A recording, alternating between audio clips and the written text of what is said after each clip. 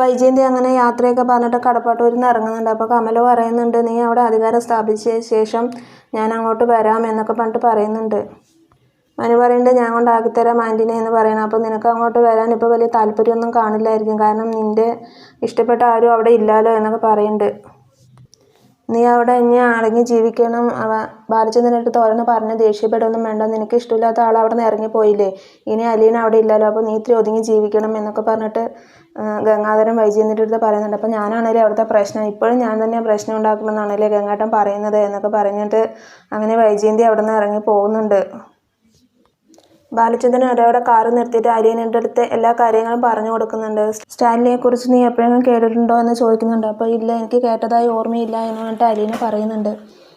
ആഗ്രയിൽ വൈജയന്തി സ്നേഹിച്ച ഒരു ആളുടെ പേരാണ് സ്റ്റാൻലി ജോസഫ്. ഗംഗാധര മേനോൻ്റെ കൂടെ വർക്ക് ചെയ്തിട്ടുണ്ടായിരുന്നതാണ് എന്നൊക്കെ പറഞ്ഞിട്ട് പറയുന്നുണ്ട്. അയാളാണ് ആഗ്രയിൽ സ്കൂളിൽ ജോലി ശരിയാക്കി കൊടുത്തതും ഗംഗാട്ടൻ അവിടെ നിന്ന് പോന്നപ്പോൾ ആ ജോലി കളയാൻ പറ്റില്ല എന്ന് പറഞ്ഞിട്ട് വൈജയന്തി അവിടെ തന്നെ നിന്നു. എന്നിട്ടൊരു റൂം എടുത്തിട്ട് അവരവിടെ താമസമാക്കിയതും അയാളാണ്. നിനക്ക് കാര്യം പിടികിട്ടിയോ എന്നൊക്കെ ചോദിക്കുന്നുണ്ട്. അപ്പോൾ എനിക്ക് മനസ്സിലായി എന്ന് പറഞ്ഞിട്ട് അലീന പറയുന്നുണ്ട്. അവിടുന്ന് സ്റ്റാൻലി വരുമ്പോൾ വൈജയന്തി 8 മാസം ഗർഭിണിയായിരുന്നു എന്നാണ് സ്റ്റാൻലി പറഞ്ഞത് എന്ന് പറയുന്നുണ്ട്. ആരുടെ അടുത്ത് പറഞ്ഞു സ്റ്റാൻലി എന്ന് ചോദിക്കുന്നുണ്ട് അലീന. അപ്പോൾ എൻ്റെ അടുത്ത് പറഞ്ഞു, ഞാൻ അയാളെ കാണാൻ പോയിട്ടുണ്ടായിരുന്നു, എല്ലാ കാര്യങ്ങളും ചോദിച്ചറിഞ്ഞു എന്ന് പറയുന്നുണ്ട്. അപ്പോൾ എന്തുകൊണ്ടാണ് അച്ഛൻ എൻ്റെ അടുത്ത് പറയാതിരുന്നത്, സ്റ്റാൻലിയാണ് അച്ഛൻ എൻ്റെ പപ്പ എന്നുള്ളത് എന്തുകൊണ്ടാണ് പറയാതിരുന്നതെന്നൊക്കെ ചോദിക്കുന്നുണ്ട്.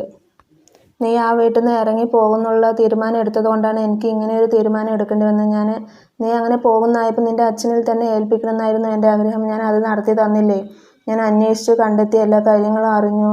അയാളുടെ വീട്ടിലേക്കാണ് ഇപ്പോൾ നീ പോകുന്നത്. അവിടെ പോയിട്ട് ഒരു ഞെട്ടലുണ്ടാവണ്ട എന്ന് കരുതിയിട്ടാണ് ഞാൻ ഇപ്പോൾ തന്നെ നിൻ്റെ അടുത്ത് എല്ലാ കാര്യങ്ങളും പറഞ്ഞ് നിൻ്റെ മനസ്സിനെ പാകപ്പെടുത്തിക്കോട്ടെ എന്ന് പറഞ്ഞിട്ടാണ് എല്ലാ കാര്യങ്ങളും പറയുന്നത് എന്നൊക്കെ പറഞ്ഞിട്ട് ബാലചന്ദ്രൻ അലീനൻ്റെ അടുത്ത് പറയുന്നുണ്ട്.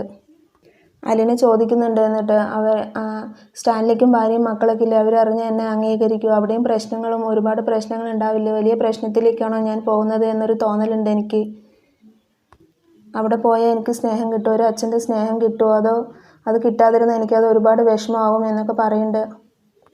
ഞാൻ സ്റ്റാൻലിയുടെ അടുത്ത് പറഞ്ഞിട്ടുണ്ട്, അവിടെ നിന്നെ ഒരു വിഷമം ഉണ്ടാക്കരുത്, അങ്ങനെ ഉണ്ടാക്കി എനിക്ക് തിരിച്ചു തരണമെന്ന് പറയുന്നുണ്ട്. നീ അങ്ങനെ അവിടെ കടിച്ചു തൂങ്ങി നിൽക്കണമെന്നില്ല, നിനക്ക് എന്തെങ്കിലും അവിടെ വിഷമം ഉണ്ടാവുകയാണെങ്കിൽ നീ എൻ്റെ അടുത്തേക്ക് തന്നെ തിരിച്ചു വാ എന്നൊക്കെ പറയുന്നുണ്ട്. അപ്പോൾ അലീന ചോദിക്കുന്നുണ്ട്, അച്ഛനെ പോലുള്ള വിഷമങ്ങൾ ആ പപ്പയും അനുഭവിക്കേണ്ടി വരില്ലേ എന്ന് ചോദിക്കുന്നുണ്ട്. അപ്പോൾ അനുഭവിച്ചോട്ടെ എന്ന് പറയണം. അപ്പോൾ അലീന പറയുന്നുണ്ട്, അച്ഛൻ ദേഷ്യം തീർക്കുകയാണോ എന്ന് ചോദിക്കുന്നുണ്ട്.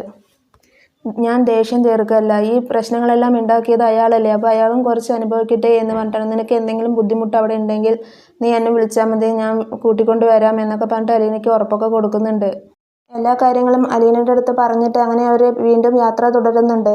അപ്പോൾ ഇന്നത്തെ എപ്പിസോഡ് ഇത്രയേ ഉള്ളൂ. Thank you for watching my video.